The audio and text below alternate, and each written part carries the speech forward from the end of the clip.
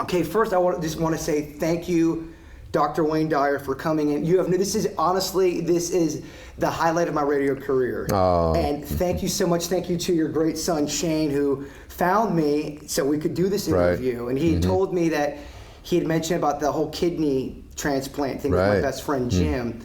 And when he told me that story, I really did. The whole thing with I've been saying on the air, like, I hope I don't cry while I'm interviewing Dr. Dyer. Well, I'm honored to be here. That's a very noble thing, what you have done. And, thank you very much. And my parents actually listened to you or read your books before I was even around. And the funny thing is when I was beginning to listen to your CDs and all your writings, I talked to my dad. I go, have you ever heard of this Dr. Wayne Dyer? He goes, oh yeah, my nickname's Jaybird. He goes, oh, Jaybird, I bought his first book. Really? Yeah. So that's been such a shift in my own life, because it wasn't long ago when people would come up to me and say, when I was a kid, your books really helped me, and then later on, a few years later, it was like my mother, like you just said, my mother really likes you. Now I get people say, my grandma thinks that you're the greatest guy. I said, something is happening here. Absolutely, and I noticed too in your earlier work, it seemed a lot of more, because you're the father of motivation, getting people to get out of negative thinking, and it seemed like you even made a shift in your own life where it came very spiritual. Would you say, is that inaccurate? Yes, it is, except you don't realize it while it's happening. Right now, I'm thinking about writing a book. I just finished reading autobiography of a yogi. I don't know if you've ever read Paramahansa Yogananda. He was this brilliant man who came over from India in the 1920s, died in 1952. And he wrote probably the most famous autobiography of a really divine spiritual master, a man who had the gift of fish and loaves and walked among us. And he was looking back at the things that happened in his life from when he was a teenager, and I'm thinking about doing a similar thing myself, not so much an autobiography, but a look at all of the different experiences that pull you in a direction and you're not really aware of them. People came into my life, people like St. Francis, people like Lao Tzu, who wrote the Tao Te Ching. Right now, Paramahansa Yogananda, a man in Bulgaria named Peter Dunov. I look back at these people and I realize that they were taking me, as you mentioned, from a world of psychology and common sense and all of that into a whole new world of spirituality. And I had no idea that my destiny and my dharma was to come here and to become now what they call the third most spiritually influential person alive. I mean, they've got what's going on here? Who's is it Eckhart Tolle and the Dalai Lama. Now I got to take these two guys down. I mean, it's like I got my ego going on one side saying, "What do you mean you're only number 3?" And then my spiritual side was just saying, "That's the silliest thing in the world to compare yourself." It's weird because I had gone to 15 therapists in my life, and it seemed like no one could ever reach me. And I saw you on PBS one time, and it was The Power of Intention. That was the first time I ever saw you. Right. And I'm watching it, and I was really, really enjoying it. And then I turned it off, and I started doing other stuff. And like for 2 days, it just kept on coming back to me. And I'm walking in a store. I kept on thinking about this whole Dr. Wayne Dyer, Power of Intention. And I'm walking in the store, and bam, there you are, your face on a CD. I'm like, well, this has got to be a sign. It was everything you were speaking of, and then there you were right there. Exactly. And this is no disrespect. I'd never heard of you until that. And when I quote your albums like I would quote a Billy Joel album, like, oh, I got The Power of Intention. I got Change Your Thoughts. That's how I recite your stuff. Right. I look at you as a rock star. But it's very interesting you say that, because I just did an interview. I was at home in Maui, and I got a phone call from my brother, and he said, there's a woman on television, and she's named the Person of the Week on ABC, how they have the Diane Sawyer, they have the Person of the Week every Friday. And she's quoting you, and they're playing an excerpt of something that you did back in the 1970s, and she's the youngest female self-directed billionaire in America, and her name is Sarah Blakely, and she founded a company called Spanx. Okay. And she was 16 years old, and she was doing exactly the same thing that you're telling me. She was listening to these tapes that I made back in the 1970s, and her father insisted that she hear these and she play them. And today she's she's a billionaire, but that isn't the whole thing. She's got her own company, and she's now decided she's going to invest all of her interest and all of her money and all of her business acumen to empowering young women to become more spiritually advanced and so on. And I thought, you just have no idea that the things that you do in your life. The day that the recording that she listened to was called How to Be a No Limit Person. I was debating back and forth back in 1976 when I recorded that at the Ford Auditorium in Detroit with 3,000 people there. This was when cassettes were just coming out, and I said, I don't want to do that. I don't want to be part of recordings and all that. Yeah, well, why not? Yeah, well, and back and forth I went, and that little decision that I made has impacting not just her, but thousands and thousands, maybe millions of people. Yeah, I mean, how does it make you feel? No, I mean, you've never met me before, and I can tell you've completely changed my life for the better. Yeah. How does that make you feel? And you always speak of this knowing. You always had a knowing about things. Yeah. What would you tell someone who doesn't feel that knowing? Someone that, because people I feel struggle sometimes with that. Well, the first question you ask is, how does it make me feel? I don't honestly think it's me. So I think it's coming into contact with who you really are. It's like I'm 71 years old. Who I am is not this body that I'm in, because it's been in all kinds of bodies. It was in a 20-year-old body that looked a bit like your body did, all right? But I can't find one cell of that body left. It's not here on the planet. So who I am has nothing to do with what I do, with what I accomplish, with what I own, with what other people think of me, with my reputation. That's not who I am. Who I am is like an infinite spiritual being having a temporary human experience. And that I am, my teacher in India, Nisargadatta Maharaj, said that when he was asked what is real, he said, that is real which never changes. So what part of you, or part of myself, is it that never changes? It's the infinite, it's the spirit, it's who I am as a divine spiritual being. And the physicalness that I am, all of these identifiers that we have with our physical reality is not who I am. So how it makes me feel is that all I know is that I'm just a piece of God. I'm just connected to God. And that all of us, in my new book, In Wishes Fulfilled, I speak about your highest self is the part of you that recognizes that within each and every one of us is this divine essence. It's invisible, it's birthless, it's deathless, it's changeless. And so I literally don't take any credit for it. I just try to stay as aligned as I possibly can with this source of being that allows everything to come into the world of the physical. I've done you always say practice dying while you're still alive. And right. I've tried to do that in meditation. It seems for me, death has been a big obstacle for me, as it is for a lot of people. Right. It seems like you have such a peaceful grasp on that. What is your personal opinion? I know obviously none of us know, but do you fear death? Not at all. And do you think there is something else after this? I think that there is no after and there is no before. It's a very difficult concept for us to grasp, because we evaluate the question that you're asking. We have to evaluate that with a brain and with a mind that begins and ends. But the fact is that there is a part of us that is infinite. And the infinite part of us is our soul, it's our spirit. It's the part that is of me that is looking out from behind my eyeballs right now and is responding to you. It's the part of me that if I hold my finger up here and say, I think I'd like to wiggle my finger, there's a connection invisible connection between my thought of I'd like to wiggle this finger and being able to do that. What is that? What is that connection that allows me to do everything that I do? That's who I am. So we have a tendency to evaluate ourselves on the basis of our senses. So we have these searchlights there's 5 of them. There's what we hear, what we see, what we touch, what we smell. These are our senses, and we think that everything that our senses reveal to us is our reality. But in fact, it's just a tiny little smidgen of our reality. our true essence is beyond our senses. So coming to grips with that, having an awareness that who I am is not something that I can touch or I can see or I can smell. So like right now, Jason, if you were to just close your eyes, just for a second, and just close your eyes and just suspend all of your senses, all of them. You can't see yourself, you can't touch yourself, you can't smell yourself, you can't hear yourself, and ask yourself the question, who am I?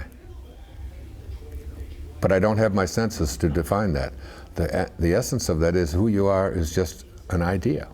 It's just an idea that you carry around about, I am Jason, I have a radio show, I am married, I'm not married, I have this, I have so many things that I own, I have, that's, but none of that is who you are. Who you are is just an idea. And that idea is connected to God. Yeah, I mean, to me, when you started talking about, and you had stuff in your earlier works too, but it was very spiritual driven. To me, it just, nothing else kind of mattered after that. It is about love. Right. It's about family. It's not about material possessions. Right. And I really ended up loving. I'm so glad that you taught me about Lao Tzu. I do music. And we do goofy rap songs, and the guys I do music with, they're a bunch of clowns, and I'm Right. always quoting Lao Tzu to them. Yeah. Like, who is this guy Lao Tzu? So, I mean, not only you're teaching me, you're helping me teach other people, and that's really cool. Yeah, That's a really cool thing. Lao Tzu lived 2,500 years ago, and again, it was like I'm 6 years ago. Lao Tzu came into my life, and he basically was someone who, influenced me in a very, very, very powerful way. 500 years before the birth of Christ, this little old man was just putting out these, very specific kinds of things, and I decided I gave up. I had an apartment here in Florida. I gave it all away, got everything that I had. I had 20,000. Did you miss any of it? No, I don't miss anything. Yeah. No, I just let it all go. The truth of it is, I've accumulated even more now. Again, it just keeps. The less you are attached to all of those things, I'm glad you brought that up, because we're talking a little bit today. People that can't let things go, and you have to get to a different place, I think, to be able to let, if something's really gnawing at your soul and you're trying to let it go. Like, there's a couple things in my life I would love to let go, and it seems like they keep plaguing me. What kind of advice would you give to someone like that? What are things people? I got a buddy of mine. He's got a woman that 2 years later, he's still struggling with letting that go, and it's over. The song is done. What do you do for something like that? You get quiet, you get peaceful, you allow yourself to make your see. I have many relationships in my life. I have children. I have a wife. I have people. My wife and I have been separated for like 11 or 12 years. So I have a lady in my life. But my number one relationship it's not even to myself. It's not to, and that's not to my family. It's not to anybody that I love, and it's not to the people that read my books and so on. My number one relationship is my relationship to my highest self, or to God. Yeah.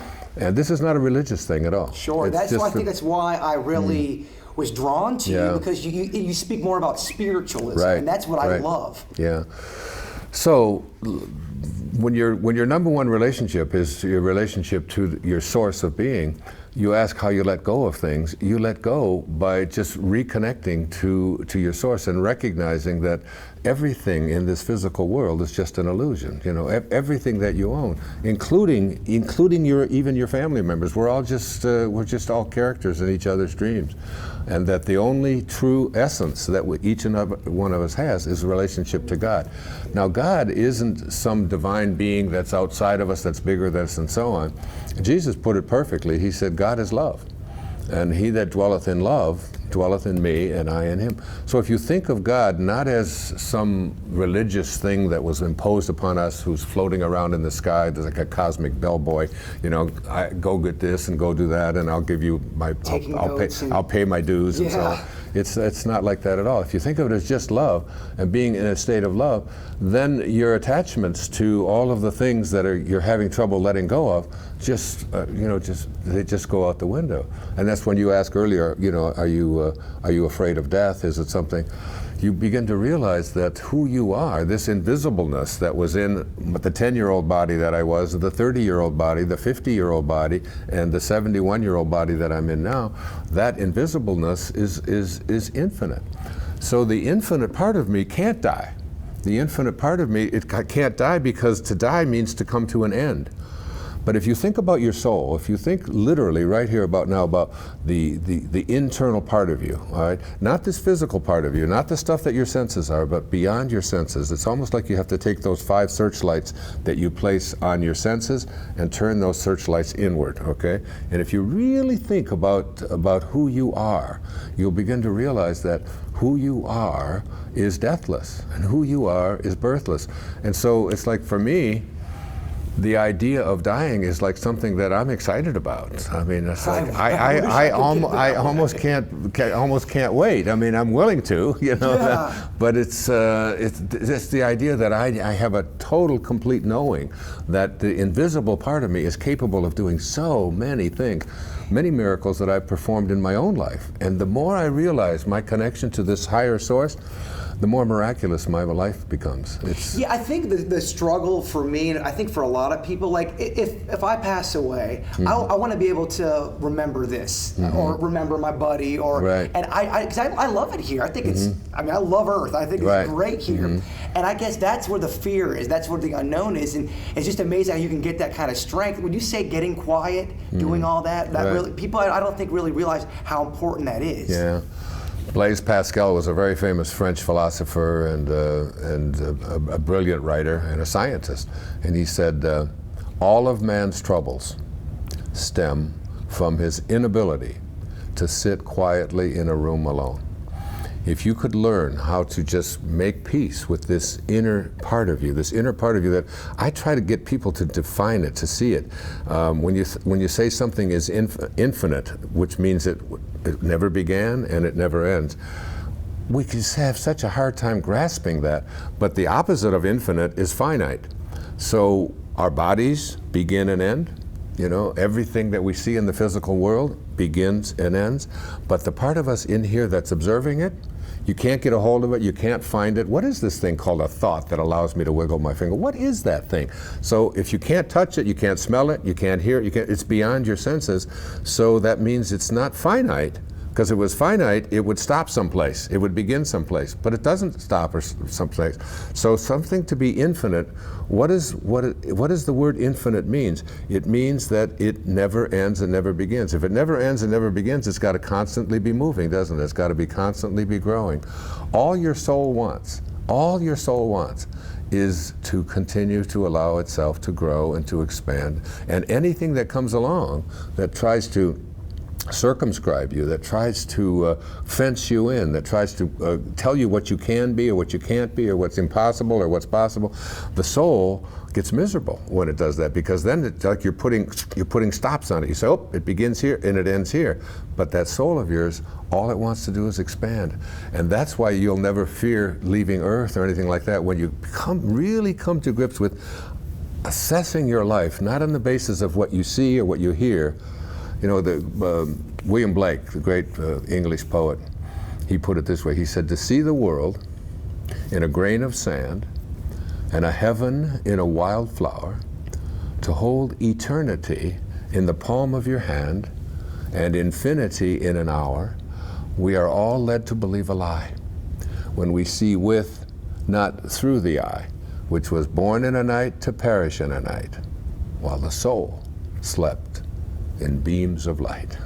I mean, that really defines it all. It's Sure. like all you have to do is go to that place in your imagination. And in Wishes Fulfilled, in this new PBS special, I speak about the power of your imagination. And once you get this, once you realize, and it's like it's taken me 70 years or so to realize that I'm not this body, and I'm not the stuff that I own, and I'm not any of these accomplishments, and I'm not my resume. I'm none of those things. I am God. I am a piece of God that is just always growing and always expanding. It eliminates the possibility, Jason, of any fear, the fear of not seeing your buddies and all of that.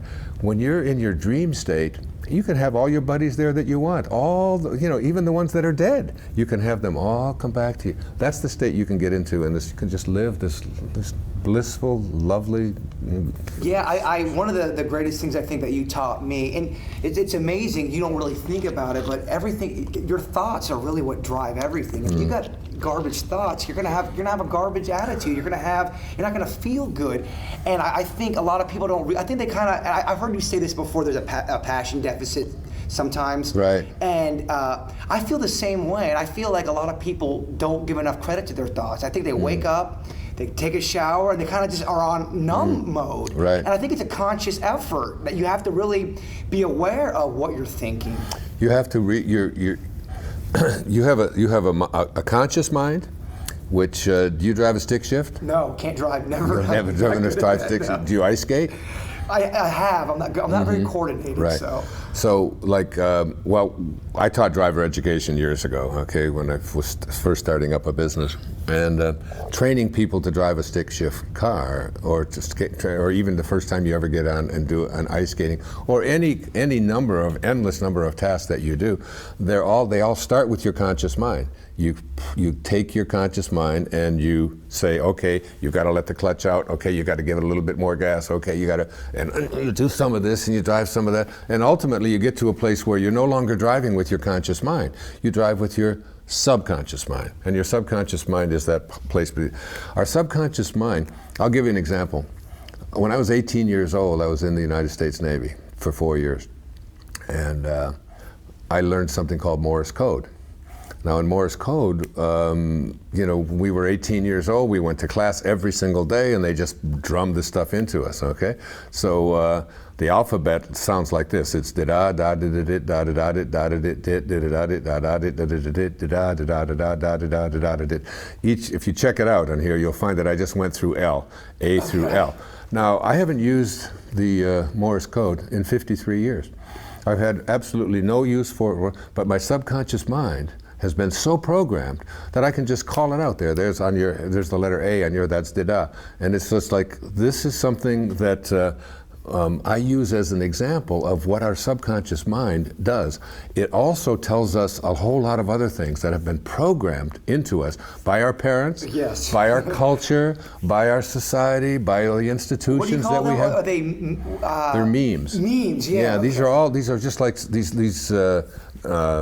these sort of invisible programming techniques that have been thrown at us, and they're not even techniques, they're just a way of being. And all they say, rules, yeah, all the rules that we have, this is what's possible, this is what's impossible. In reading the autobiography of a yogi, I'm looking at some of these great spiritual masters who walked among us, including Jesus Christ, who we know was able to change water into wine and was able to, had the gift of fish and loaves and so on, was able to take stones and make bread and raise the dead and walk on water. And we say, well, this is crazy, this was just for him. But he also said, even the least among you can do all that I have done and even greater things. It's in every single one of us, in each and every one of us, to be able to heal ourselves, to heal others, to manifest anything that we place our attention on, to be able to walk on water, to raise the dead. We have all, and I've read biographies of people that have been, it has been documented, people who have done these kinds of things in their life. But we have been trained with our I can't do this is impossible. And so then we have our thoughts, which come out of our subconscious mind, are on, it's impossible, I'll never get a parking spot, oh my God, I can't heal myself of this, oh, I'm gonna always be poor, I'll never get this job. Instead of programming ourselves, we have to redo that subconscious training in our life. That's why I tell people the last 5 minutes of the day before you go to sleep at night are the most important 5 minutes of your day. You are now going to go into your subconscious mind for the next 8 hours, and you're going to marinate there in those 8 hours, and you are going to now, as you enter into your subconscious mind, you can do one of two things. You can review all of the things that you didn't like, that didn't work, that disappointed you, all of the stuff that's going on in the world that you hate, all of the anger that you have. Happens a lot. Yeah, a lot of people that go through going over and over. It doesn't work for me. With my luck, this will never work out. Yeah, and look at the way he pissed me off when he did this, and this happened over there. And then you go into your subconscious mind, you're there for 8 hours, and your subconscious mind is really, just think of it as God, And so now you wake up, and your subconscious mind The universal subconscious mind begins to offer you up experiences that match up to everything that you've placed in there. And it offers you more opportunities to not have things work out, more people that disappoint you, things that are upsetting to you, more anger for you, and so on. Or you can begin to reprogram the subconscious mind. And that's what my life work is about, teaching people that you use those last 5 minutes to program into, I am well, I am healthy, I am content, I am peaceful, I am unattached, I am in love, I am God, I am God. Yeah. And you just start to program yourself this way so that when you wake up, your subconscious mind, which can't make a distinction between the thoughts that you have or the actual things that are going on in your physical life. So if your subconscious mind is being programmed to say, this will never work out, poor me, look at how crappy the whole world is, the universal subconscious mind will begin to offer you experiences that match up to that, and you'll go through your whole life. Yeah, that's what I really like. I like the fact that you have a spiritual, approach to everything, but also you kind of kick them in the butt a little bit, motivate you. Don't get off your butt. You read the stuff, get up there, do something with it. That's what I love. Right. It's a gentle approach, but almost with the baseball coach mentality. Get up and do the work. Yeah, well, it's like once you start thinking in these ways, I've been given a diagnosis of leukemia. And how is that? It's I'm in perfect health. I don't pay attention to that. I don't go to doctors. When you first heard about that, were you kind of taken back, or were you pretty even keeled with that? Were you able I was shocked. Were you? I was shocked because I don't do leukemia. Other people do that. Exactly. And I've been helping people who've had cancer through a lifetime. Sure. But I also knew, and it only took me about a half hour. Okay. But for a half an hour or so, I went through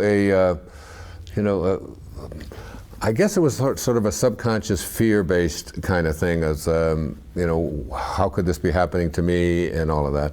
And then I got to a very, very peaceful place within it. And then what happens is that when you make the shift, when you begin to realize that you're not this body and that you also have the power to heal within you, the universe starts offering you up the right people. The day that I was diagnosed with leukemia, like 2 hours after my diagnosis, a woman came into my life named Pam McDonald, who had written a book about about how to change your diet around to be more consistent with your genetic blueprint and so on, called the Perfect Gene Diet. So I began to practice that. It was a short time after that that I had an encounter with a man named John of God down in Brazil, I went through like a remote kind of healing with him, and they took the fear right out. Whatever the subconscious fear was of having this, cancer in the blood, it was just gone. It was one of the more amazing. Almost at peace with it. I wrote about it in Wishes Fulfilled. I wrote about because this is a man down in Brazil who has had 25 or 30 million people that have come to him over the last 40 years and has had these healings. I had this experience, and then I met him in person up at the Omega Institute in upstate New York, and he looked at me and he just said, "You are well."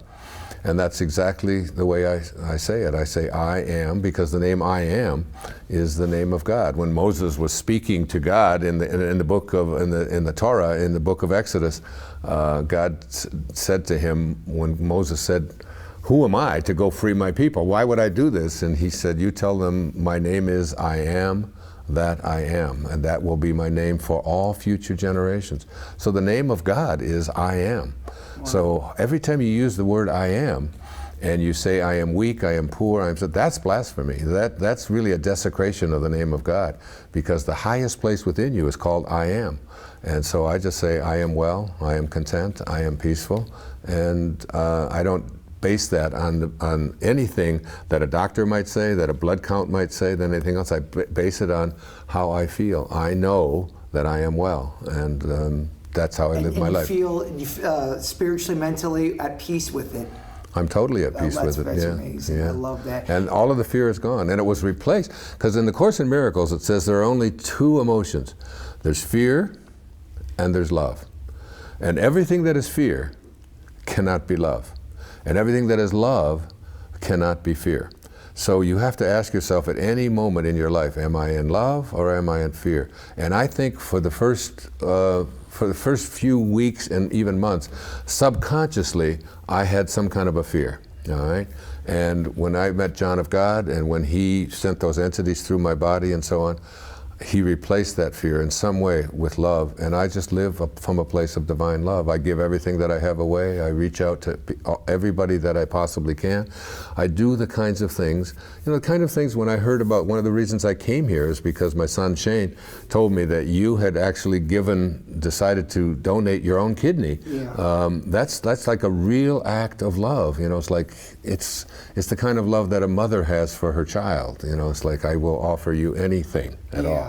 And for you to, it's that kind of love that allows you to, to transcend. It must have made you feel wonderful. It happened so quickly. It was such a great experience because he's doing great, and he's the healthiest he's been in 9 years now. Right. So that's great. The one thing I did want to talk to you about was.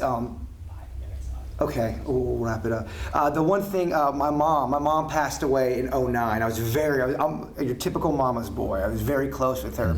And she knew what a big fan I was of you. And she kept on telling me, because she knows I do radio, and we do goofball radio stuff. It's very mindless goofball stuff.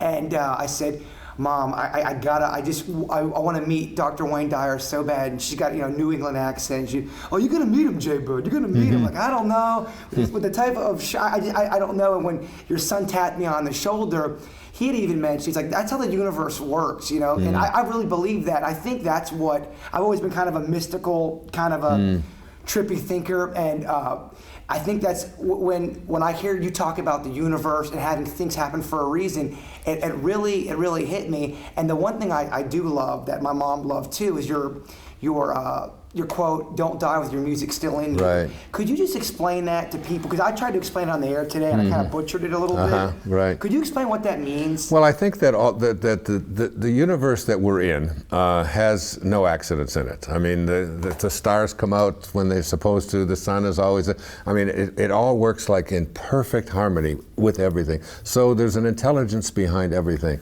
which means that when we show up into this world, when we go from nowhere to now here, okay, and we show up from the invisible world. Jesus said it's a spirit that gives life.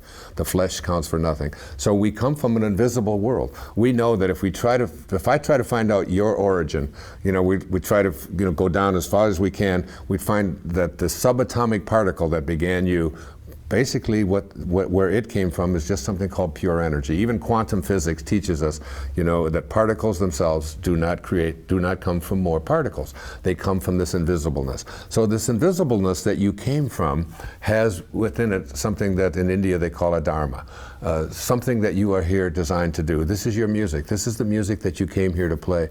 And most of us are trying to play the music that somebody else orchestrated for us. You can almost feel it if you're not if you're not on the right course. You talk about when you're a kid, you kind of know what you want to do. You can feel it, and if you kind of get away from that, I think you become miserable. Absolutely, and there's a calling, and we all get called. Yeah. And when I'll tell you, when you know the calling is your dharma, it's when you feel the passion. It's when it's something that can't stop you. Like I mentioned earlier, I'm going to write a book. I was with Arthur Miller years ago, the great playwright, American playwright, A Death of a Salesman and so on. And they asked him at the age of 91, are you working on another play? And he said, I loved his answer. He said, I don't know. He said, but I probably am. Yeah. And so like he had this kind of awareness. I know exactly what he's talking about. It's like I was called the father of motivation, but motivation is an ego concept. I am going to make it happen. I am motivated. Yeah. Spirit is something very different. Inspiration isn't when an idea when you get a hold of an idea and take it where you want to go. Inspiration is when an idea gets a hold of you, which is what your life is. And you allow yourself to be taken where you were intended to go in the first place. And I think your mom was absolutely right. When she said, you will meet him, she had an absolute knowing. And she probably is behind this interview here right now, because I wasn't even going to come here. I was going to go back to Maui, and then I said, no, now I'll just, instead of flying all the way back, I'll spend a couple of weeks down here in South Florida. My son is here, my daughters are here, and so on. And I was back and forth, back and forth. But the back and forthness is not something that you're doing yourself. It's like, it's just saying, come here, you got this guy, he wants to talk to you. Your mother probably is right here in the room right now, orchestrating the whole thing.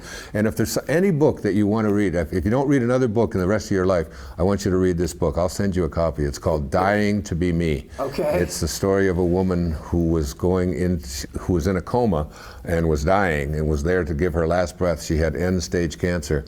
And she had a near-death experience and came back, and it's like, it'll blow you away. It's wow, that's great. And you'll reconnect with your mom in the same way. I love it. How are we doing? We're about good. Okay, I want to ask one more question before we, because the listeners are gonna. What is your thoughts on aliens or UFOs? Or I know you wrote the one book. I forget. Gifts from Icus. Yes. Mm-hmm. Yeah. Do you believe that there's other stuff out there? I live by a philosophy by a man who was a Sufi man back in the 10th century. His name was Talopa. He said, throughout your life, always have a mind that's open to everything and attached to nothing. Yeah. I mean, who am I to say that there is no life out there in this infinite universe that we live in? Big alien supporter over here. Yeah, absolutely. I think I'm sitting with one right now, so I mean, it's no problem for me. Definitely. Yeah, right. Well, Dr. Dyer, thank you so much for doing. I can't tell you, this is without a doubt the highlight of my radio career. I don't think it'll ever be topped. And thank you. Thank you, my friend. God bless you. And hug you on camera if that's You got possible. it. Thank you so Absolutely. much. You're welcome, my friend. Take care. That was great. Thank you so much.